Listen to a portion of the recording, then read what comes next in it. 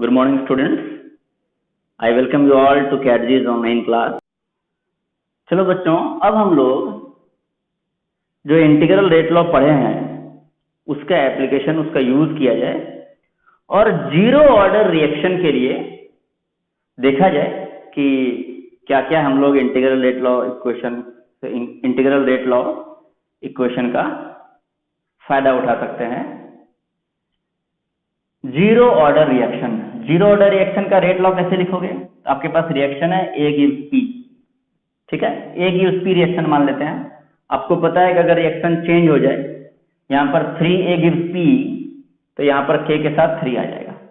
लेकिन हम लोग सिंपलेस्ट रिएक्शन लेते हैं A gives P।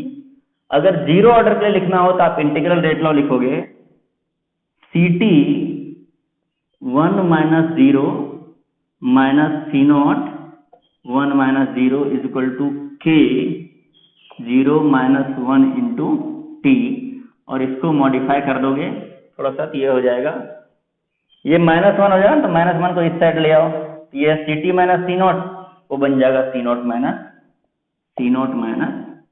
CT is equal to KT। ये आपका बन गया जीरो ऑर्डर का इंटीग्रल रेट लॉ। ये हम लोग पहले भी निकाल चुके हैं, ठीक है। एक क्वेश्चन सॉल्व करो इस पर। क्वेश्चन है if for reaction A gives product. देखो, जब भी रिएक्शन क्वेश्चन आएगा ना इससे काइनेटिक्स से, तो रिएक्शन दिया होना चाहिए। अगर मान लो गलती से किसी क्वेश्चन में रिएक्शन ना दिया जाए और जीरो ऑर्डर बोल दिया जाए तो ये वाला रिएक्शन एज्यूम करोगे। ये एज्यूम मत करना कि 3A गिव्स प्रोडक्ट, ठीक है ना। सिंपलेस्ट रिएक्शन एज्यूम करके सॉल्व करोगे तभी आंसर आएगा। हालांकि हमेशा रिएक्शन दिया हो जाना चाहिए एक अच्छे क्वेश्चन के लिए। For reaction A gives P, ये रिएक्शन है zero order.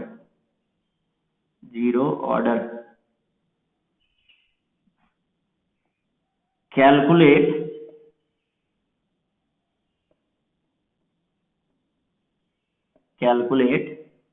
Rate constant K if at t equal to 0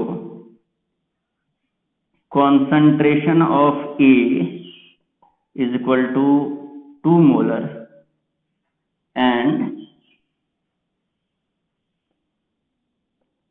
at t equal to 10 second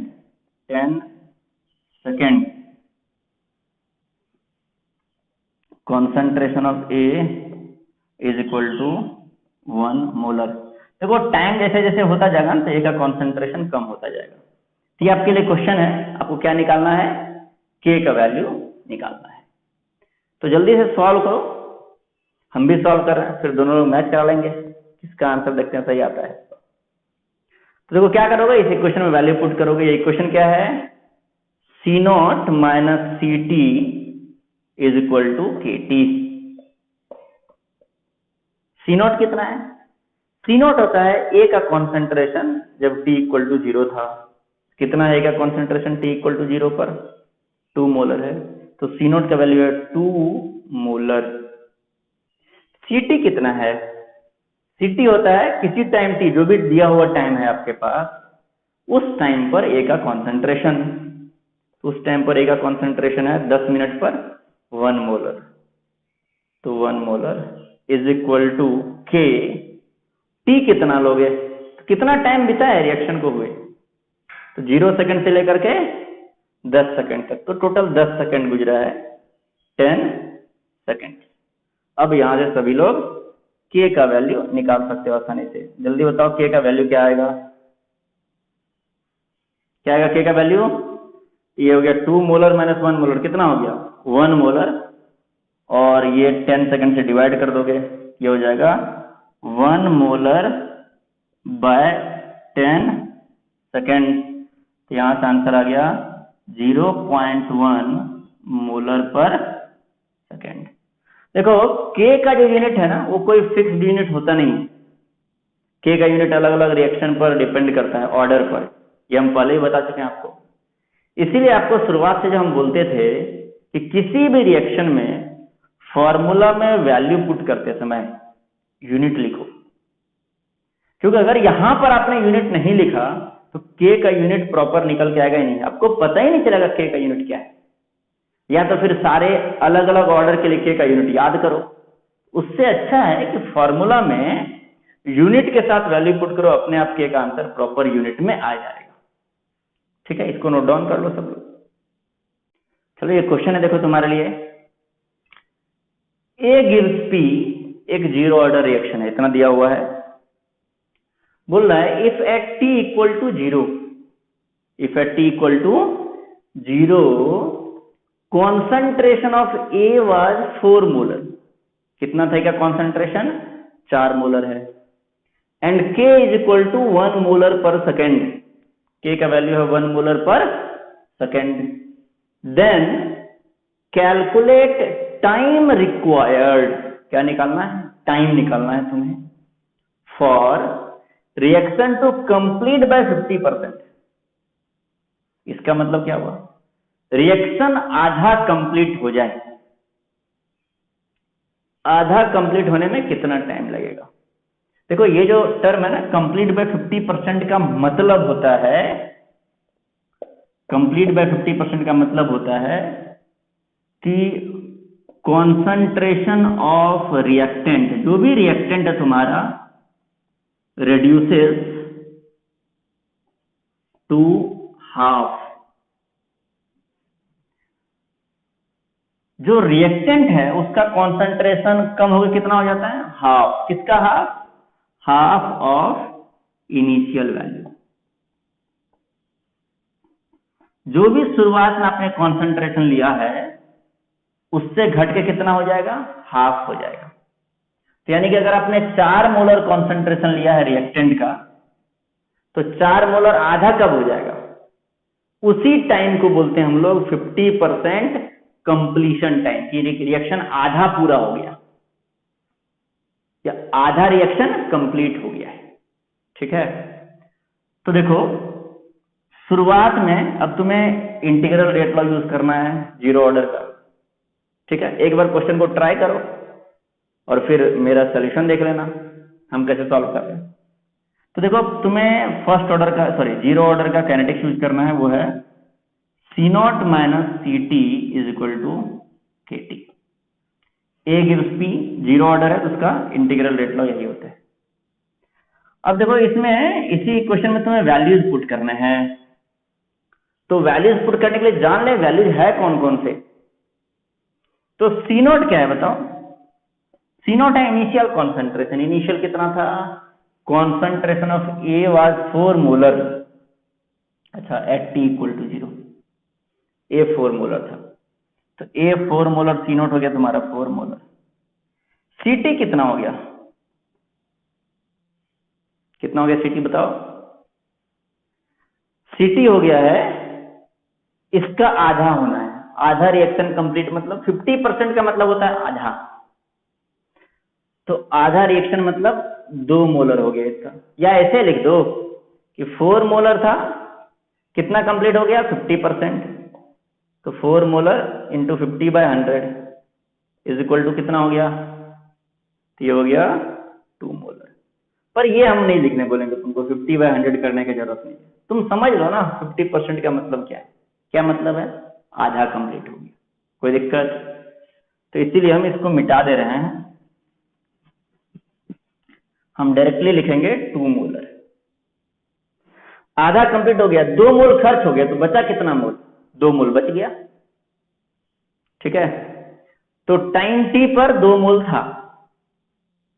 अब क्या करोगे? अब T बता दो कितना टाइम लगा। अच्छा, टाइम ही तो हमें पता करना है, ये पता नहीं है हमें। ठीक है, तो यहां से टाइम निकालते हैं। This T is equal to, ये हो गया तुम्हारा C0 माइनस CT/K। C0 कितना है? C0 है 4 मोलर, माइनस CT कितना है? वो है 2 मोलर, और डिवाइडेड बाय डिवाइड बाय के, इधर डिवाइड हो जाएगा। के कितना है? के है 1 मोलर पर सेकेंड, 1 मोलर पर सेकेंड। तो आपका आंसर क्या आ गया बताओ? 4 में 2 गया 2, और ये देखो मोलर मोलर हर जगह यूनिट कट जाएगा, तो बचेगा तुम्हारा 2 second.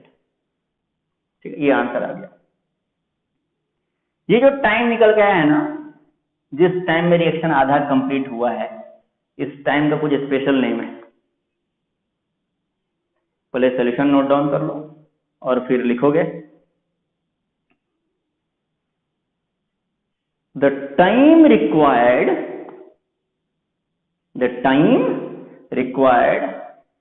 For 50% completion of reaction, time required for 50% completion of reaction is named as, उसका एक नाम रख दिया गया है, is named as half life। क्या नाम रख दिया गया है? half life। time required for 50% completion of reaction is named as half life and its symbol is, इसका सिंबल कितना है? इसका सिंबल है, इट्स सिंबल इज T1/2। ये T हाफ देखो, T के नीचे में 1/2 लिखना है, इधर मल्टीप्लाई नहीं लिख देना है T के साथ। And it's symbol is T1/2 और T 50%। ये दोनों सिंबल है, किसका सिंबल है? रिएक्शन आधा कंप्लीट हो जाए उसका। कोई दिक्कत? T हाफ और T 50%। चलो तुम्हारे लिए एक और क्वेश्चन है। A से P बन रहा है और ये जीरो ऑर्डर रिएक्शन है। लिखोगे derive formula for half life. किसका फॉर्मूला निकालना है? Half life. Derive the formula for half life of this reaction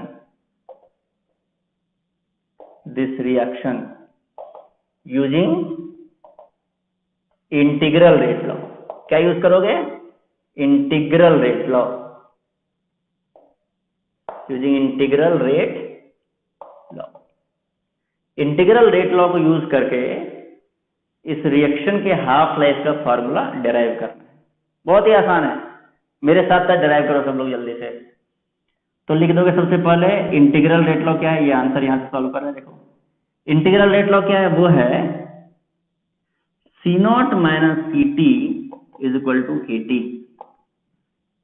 ठीक है, अब देखो करना क्या है तुम्हें, किसका फॉर्मूला निकालना है? Half life. हाफ लाइफ किसको बोलते हैं? हाफ लाइफ बोलते हैं जब तुम्हारा जो CT है ना, वो कितना हो जाएगा? C0 का आधा। जो भी इनिशियल कॉन्सेंट्रेशन है उसका आधा हो जाएगा CT। तो CT हो जाएगा C0/2। तब जो तुम्हारा C0 का आधा, तब जो तुम्हारा टाइम होगा ना, वो T/2 कहलाएगा, या T1/2 या T हाफ कहलाएगा। तो इसी क्वेश्चन में क्या कर देना है तुमको? CT की जगह पर C0/2 रख देना है, बस इक्वेशन आ गया। कोई दिक्कत? ये आ गया तुम्हारा। देखो C0 माइनस CT के अपन लिखते हैं C0/2 is equal to K, और T को स्पेशल नाम लिख देते हैं क्या? T1/2। तो यहां से फॉर्मूला डिराइव हो जाएगा T half is equal to C0 minus C0/2। ये बचेगा तुम्हारा C0/2। तो यहां से आ जाएगा C0/2 K। ये देखो तुम्हारा हाफ लाइफ का फॉर्मूला डिराइव हो गया। किसके लिए? जीरो ऑर्डर रिएक्शन के लिए। इस टाइप के छोटे छोटे क्वेश्चन आते हैं जेईई मेंस और मेडिकल में। ठीक है ना? चलो एक और क्वेश्चन पूछ रहे हैं, ये अगर आपने सॉल्व कर लिया है तो वो क्वेश्चन क्या है? ये तो आपका सॉल्व हो गया। वो क्वेश्चन है, चलो इसको हम पहले इधर लिख देते हैं। T हाफ निकल के कितना आया? C0/2K। ये कौन से रिएक्शन के लिए आया, इसको नोट डाउन कर लो, हम मिटा रहे हैं। ए से पी नाम का एक जीरो ऑर्डर रिएक्शन था जिसका टी हाफ का फॉर्मूला आ गया C0/2K।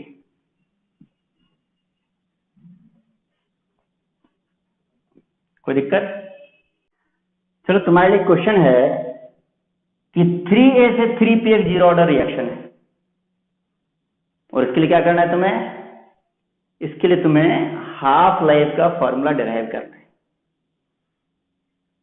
तो सॉल्व करना है, इसका दो तरीका है देखो सॉल्व करने के लिए।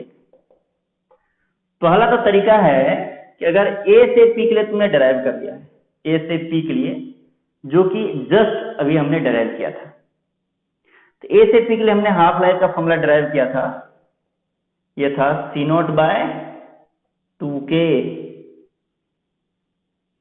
तो 3A से 3P के लिए क्या होगा, ये हो जाएगा T half C0/2 into 3K। ये देखो ये 2 तो इसी फॉर्मूला से आ रहा है ना, कैरी हो रहा है, इस K के साथ हमने 3 लगा दिया। क्यों? A का कोफिशिएंट K के साथ आता है। कोई दिक्कत? अब देखो एक और तरीका है इसका। तुम बोलोगे नहीं सर ये फॉर्मूला इतना आएगा कि नहीं आएगा, विश्वास नहीं हो रहा है। सिंपल तरीका है, रेट लॉ लिख लो, integral rate law zero order का। तो 3A से 3P अगर तुम रेट लॉ लिखोगे तो कैसे लिखोगे, Ct to the power 1 minus n minus C0 to the power 1 minus n is equal to ये होता है K into n minus 1 into T। ये तब होता है जब A से P बनता है, जब 3A से 3P बनेगा तो 3K लिखोगे। अब हाफ लाइफ का फॉर्मूला तुम्हें डिराइव करना है। हाफ लाइफ का मतलब Ct को क्या लिख देना है तुम्हें, Ct को लिख देना है C0/2, दैट्स ऑल। Ct यानी कि जो कॉन्सेंट्रेशन बचा हुआ है वो इनिशियल का आधा है, आधा खर्च हो गया है। इसी फॉर्मूला में बस Ct के ऊपर लिख दो C0/2, इसको अच्छे से लिख दे रहे हैं हम, C0/2 to the power 1 minus n। n का वैल्यू लिख दो क्योंकि हमें जीरो ऑर्डर के लिए डिराइव करना है। तो n का वैल्यू हो गया 1 माइनस 0 माइनस, ये तो C0 रह गया, 1 minus 0 is equal to 3K और n माइनस 1 हो गया 0 माइनस 1 जो कि माइनस 1 हो जाएगा इंटू T, और इस T का नाम बोल दोगे तुम T हाफ। कोई दिक्कत? अब बड़ा आसान है तुम्हारे लिए, देखो T हाफ को एक साइड रख लो, तो देखो T हाफ को हम इधर रख लेते हैं लेफ्ट साइड में। कोई दिक्कत? राइट साइड में क्या बचा, सॉरी ये राइट साइड वाला था ना, तो इधर बचा तुम्हारा देखो ये बचा C0/2 to the power 1 minus C0, ये हो गया minus C0/2 is equal to 3K minus 1 T half. अब T हाफ को यहां पे हमने रख लिया है, तो ये सब क्वांटिटी को इधर लेके चले जाओ। क्या बचेगा देखो, माइनस 1 से उधर का माइनस कैंसिल हो जाएगा, तो बचेगा C0/2 इंटू 3K। देखो K का कोफिशिएंट, सॉरी A का कोफिशिएंट K के आगे लग जाता है, coefficient of A goes with K। तो इस तरीके से जीरो ऑर्डर रिएक्शन का एनालिसिस हम लोगों को करना है। एक और क्वेश्चन आपके लिए हम रख रहे हैं, वो क्वेश्चन है कि A से P बन रहा है, ठीक है, A से क्या बन रहा है, P बन रहा है जो कि एक जीरो ऑर्डर रिएक्शन है। आपको क्वेश्चन लिखोगे draw the graph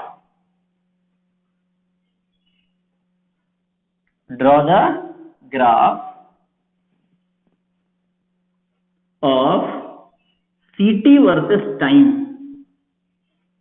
Ct versus time. Ct क्या है, आपको ग्राफ ड्रॉ करना है किसके बीच में, Ct वर्सेस टाइम। Ct क्या है, जो A का कॉन्सेंट्रेशन किसी टाइम T पर है, 5 सेकेंड, 10 सेकेंड, 20 सेकेंड पर ऐसे टाइम चेंज होता जा रहा है और ए का कॉन्सेंट्रेशन चेंज होता जा रहा है। तो ग्राफ बनाने के लिए आपको एक इक्वेशन चाहिए होता है। वो इक्वेशन क्या है? इक्वेशन तो तुम्हारे पास वही है, C not minus C T is equal to K T. ये देखो जीरो ऑर्डर का ए से अगर पी बनता है तो ये तुम्हारा जीरो ऑर्डर का क्या है? Integral rate law. अब तुम्हें जिस दो चीज के बीच में ग्राफ बनाना होता है उस दोनों में से एक को ले लो y एक्सिस पर और दूसरे को ले लो x एक्सिस पर और ग्राफ तुम्हारा बन जाएगा।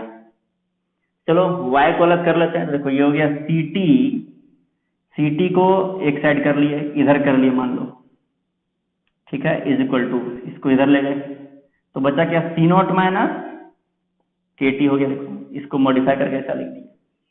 अब ये तुम्हारा आ गया y एक्सिस पर, टाइम किधर आ गया? x एक्सिस पर। अब देखो ये तो फॉर्मूला तुम्हारा कैसा बन गया? y is equal to mx और ये c है। देखो कोई दिक्कत? ये एक तरीका है, यहां से ये ग्राफ स्ट्रेट लाइन बनने वाला है। एक और तरीका है इस ग्राफ को चेक करने का। वो क्या तरीका है बनाने का? तुम y एक्सिस पर लिख दो सी टी और x एक्सिस पर ले लो टाइम। एक बार x जीरो रख के y का वैल्यू निकालो, एक बार y जीरो रख के x का वैल्यू निकालो। चलो x जीरो यानी कि t इक्वल टू जीरो, कोई दिक्कत? ये t इक्वल टू जीरो है तो x is equal to zero रख दो तो y का वैल्यू, सी टी का वैल्यू निकालो कितना है। तो जब t इक्वल टू जीरो है तो सी टी कितना है? y कितना है तुम्हारा? सी टी है C naught, C T is equal to C naught, ये तो जीरो हो गया। सी नॉट का कुछ वैल्यू तुम्हारा यहाँ होगा तो ये एक पॉइंट मिल गया तुम्हारा। ये पॉइंट है जिस टाइम पर t जीरो है और y का वैल्यू कितना है? ये सी नॉट। कोई दिक्कत? अच्छा, जब तुम्हारा y जीरो है इसको जीरो करके x का वैल्यू निकाल लो। x का वैल्यू यानी कि टाइम का वैल्यू निकाल लेना। कोई दिक्कत? तो तो ct को जब जीरो रखोगे यानी y को जीरो कर दिए तो ct को जीरो रखोगे तो यहां से टाइम निकल के आएगा। कैसे आएगा? निकाल लो। ct तुम्हारा है zero is equal to C not minus K T और यहां से t कितना आ गया? t आ गया सी नॉट बाय के। यहां से t आ गया t is equal to C not by K. ठीक है, तो टाइम एक्सिस पर लिख लो कोई पॉइंट इधर, ये पॉइंट आ गया सी नॉट बाय के और ये दोनों पॉइंट को मिला दो। इसको अच्छे से मिलाओगे ताकि ग्राफ देखने में अच्छा लगे। देखो गड़बड़ हो गया है, तुम अच्छे से बनाओ ग्राफ, ठीक है ना? ये ग्राफ बन गया।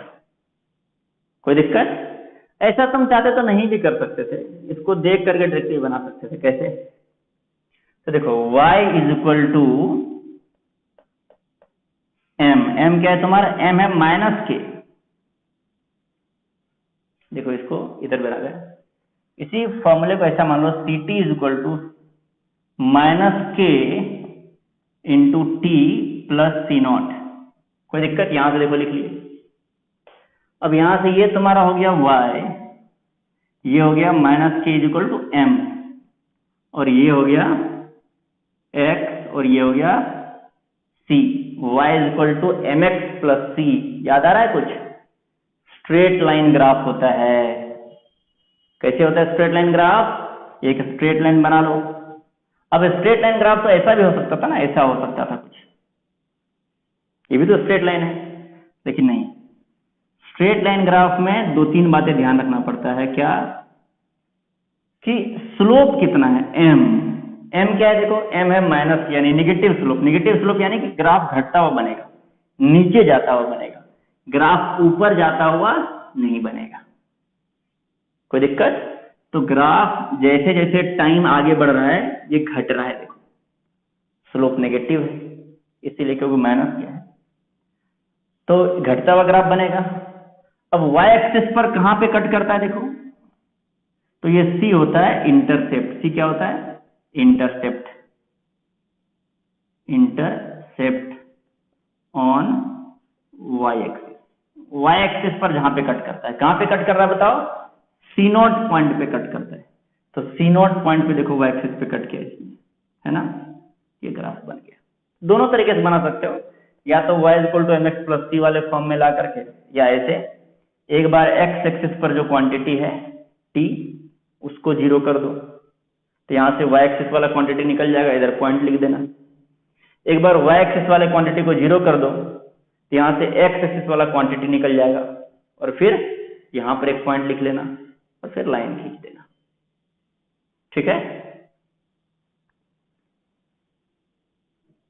चलो देखो, तभी हमने ग्राफ बनाया था, वो ऐसा कुछ दिख रहा था। इस ग्राफ का मतलब क्या है? इस ग्राफ का बहुत सिंपल मतलब है कि ये देखो, ये सिटी है ना y एक्सिस पर, और x एक्सिस पर टाइम है। तो जैसे जैसे टाइम बढ़ता है, सिटी क्या है, किसी भी टाइम पर a का कॉन्सेंट्रेशन है। तो जैसे जैसे टाइम बढ़ता जाता है, a का कॉन्सेंट्रेशन C0 से स्टार्ट होकर के, इनिशियल कॉन्सेंट्रेशन C0 रहता है, और उससे स्टार्ट होकर के ये घटता चला जाता है। कैसे घटता है? लीनियरली घटता है। स्ट्रेट लाइन बनाया ना, इसको बोलते हैं लीनियरली घटता है। लिख लो ग्राफ के नीचे, इन जीरो ऑर्डर रिएक्शन, क्या लिखोगे? In zero order reaction the concentration of reactant decreases, concentration of reactant decreases linearly with time। linearly मतलब जब ग्राफ बनाओगे तो स्ट्रेट लाइन दिखाई देगा। concentration of A decreases linearly with time, और एक टाइम आता है जब कॉन्सेंट्रेशन घट के कितना हो जाता है? 0 हो जाता है। किस टाइम पर कॉन्सेंट्रेशन घट के 0 होता है? तो टाइम हमने निकाल लिया है, C0/K।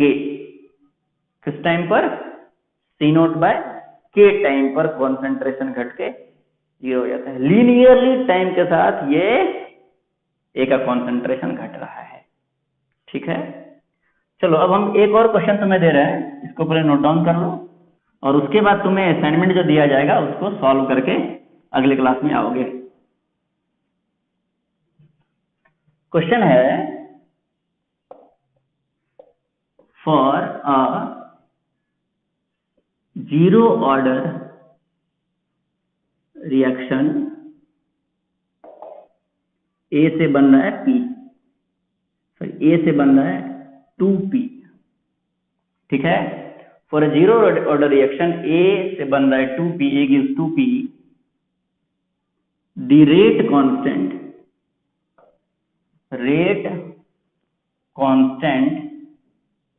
is 1 मोलर पर सेकेंड।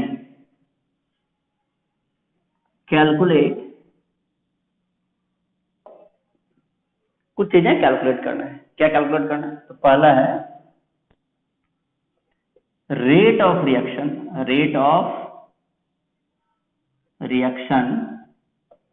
Eight t = 0। कोई दिक्कत? Rate of reaction eight t = 0। दूसरा, rate of reaction eight t = 2 second. 2 second के बाद रिएक्शन का रेट कैलकुलेट करना है तुम्हें। नेक्स्ट क्वेश्चन है थर्ड है,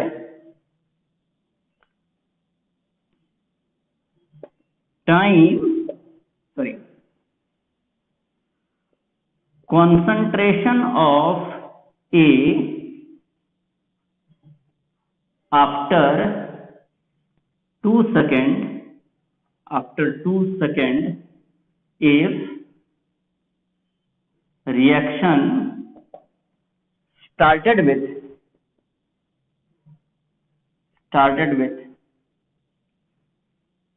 10 molar concentration ऑफ ए। देखो प्रैक्टिकली अगर तुम बोलोगे ना तो कि ए का 10 मोलर कॉन्सेंट्रेशन लेना फिजिबल रहता है क्या? तो कॉन्सेंट्रेशन जनरली तुम किताब में कोई भी क्वेश्चन देखोगे तो 1 मोलर 2 मोलर 0.1 मोलर लेते हैं। हम 10 मोलर इसलिए ले रहे हैं ताकि ये वैल्यू हमें ज्यादा अच्छे समझ में आता है, ये वैल्यू लिखने में कैलकुलेशन में मिस्टेक नहीं होता है। तो अभी हमको कैलकुलेशन नहीं सीखना है, अभी हमको कॉन्सेप्ट समझना है। कोई दिक्कत? एक और क्वेश्चन है 4th, rate of formation of P. P किस रेट से बन रहा है ये पता करना है। कोई दिक्कत? और 5वां क्वेश्चन है concentration of P at T equal to 2 second. 2 second time जब गुजर जाएगा तब पी कितना बना रहेगा। ये 5 क्वेश्चन है और इसको देखो हम लोग बहुत आसानी से सॉल्व कर लेंगे पांचों क्वेश्चन को। तो क्या करना है आपको? मेरे साथ सॉल्व करना है। या तो पहले सॉल्व कर लो, आंसर ले आओ, फिर हमसे मैच कर लेना, फिर देखना तुम सही हो या हम सही है। ठीक है, हम दोनों में से जो भी गलत रहेगा वो एक दूसरे को देख करके सुधार लेंगे। चलो फर्स्ट क्वेश्चन क्या बोलता है? Rate of reaction at T equal to 0। Rate of reaction क्या लिखोगे? लिखोगे rate is equal to minus D A by D T. यहां 1 बाय कितना होगा?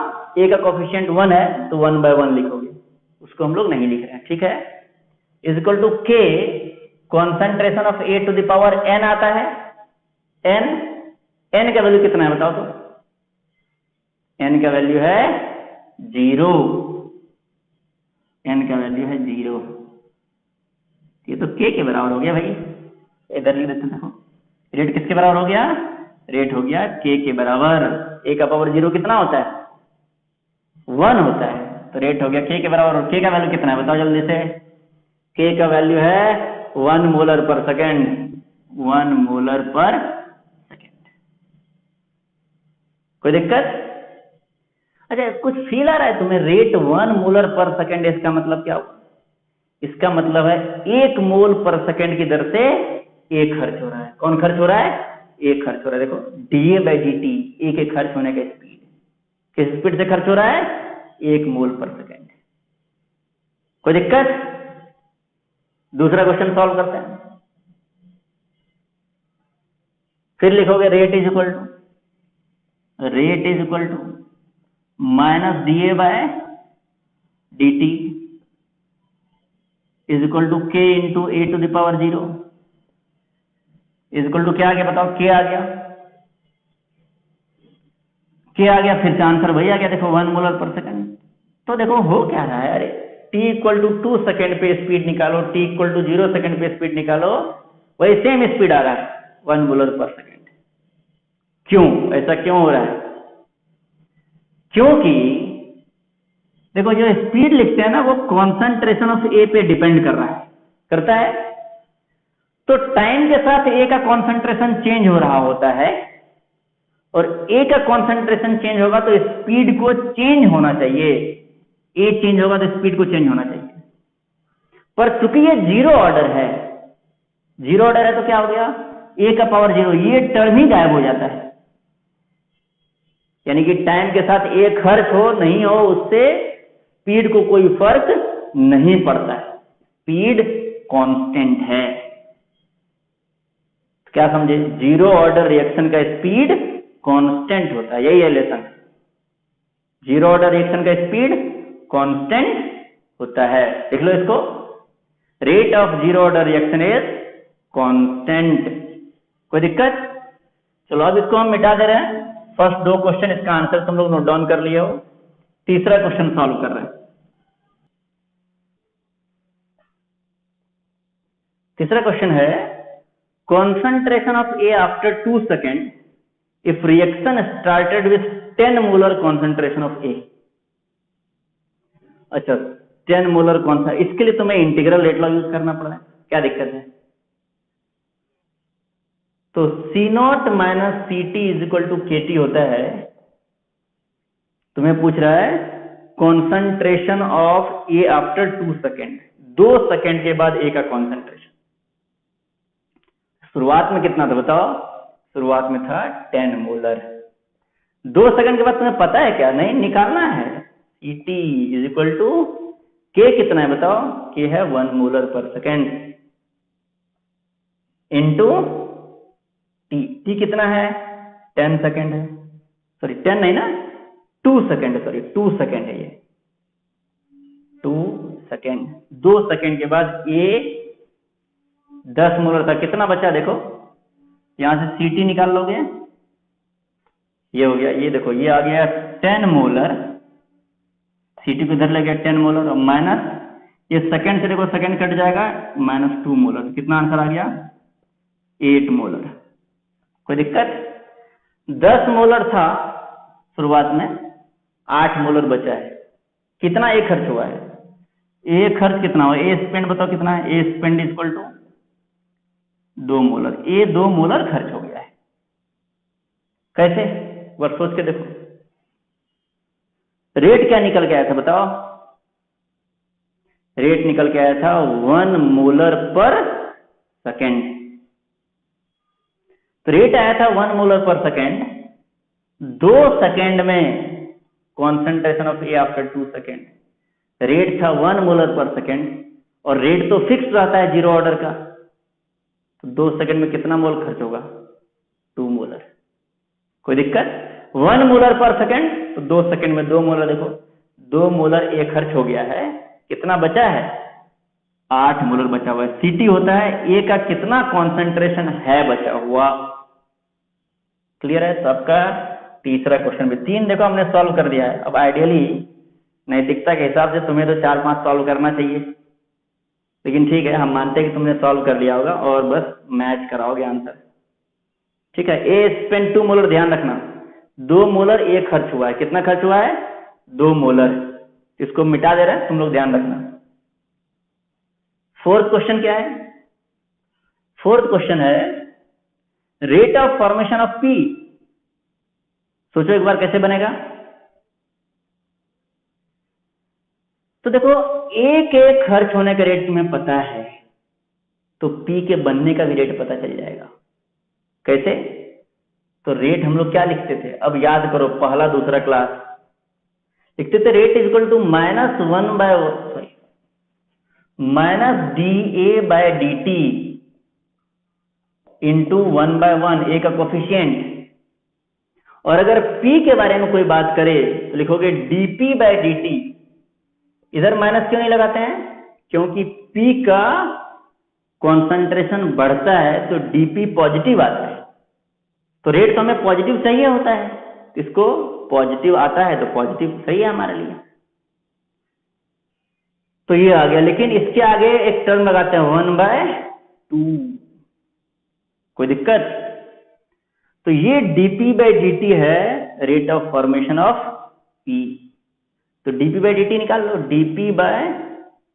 dP/dt इज इक्वल टू 2 को इधर ले जाओ, ये हो गया 2 इंटू -dA/dt, -dA/dt। ये -dA/dt क्या है? पहला क्वेश्चन चेक करो, पहला क्वेश्चन का सॉल्यूशन चेक करोगे तो दिखाई देगा तुमको कि -dA/dt is equal to k। यहां तक पहुंचे थे हम लोग। ये होता है k a⁴0, a⁴0 हो गया 1। तो ये तो हम लोग पहले निकाल चुके हैं, -dA/dt कितना था बताओ? तो -dA/dt है, this is equal to 2 into, ये था 1 मोलर पर सेकेंड, तो यहां से आंसर आ गया 2 मोलर पर सेकेंड। फोर्थ भी बना दिया। अब तुम लोग सोच रहे हो सर 5वां ही बना ही दीजिए। तो हम भी वही सोच रहे हैं कि जब 4 बना दिए हैं, अब एक क्वेश्चन के लिए तुम लोग फिर बोलोगे सर आपने एक क्वेश्चन छोड़ दिया है। पहले इसको नोट डाउन करो, फिर 5वां बनाएंगे।